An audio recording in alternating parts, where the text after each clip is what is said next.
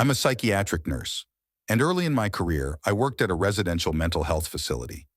One of our residents was an elective mute, which means that he didn't, wouldn't, couldn't talk, but there were no medical reasons as to why. He had spoken earlier in his life and in fact seemed quite normal back then, with the exception of being close to 7 feet tall.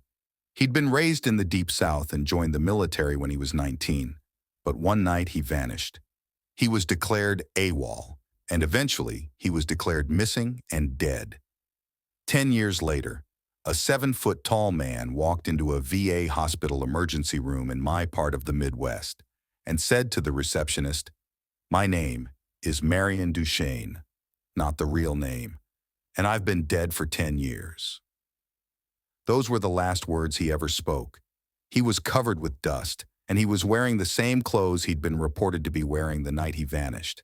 His social security number had not been used, and he had no identification on his person. However, they were able to identify him, I guess via fingerprints. The family was notified, but they said they had already grieved their lost man and that whomever was claiming to be him simply could not be. They demanded not to be contacted again.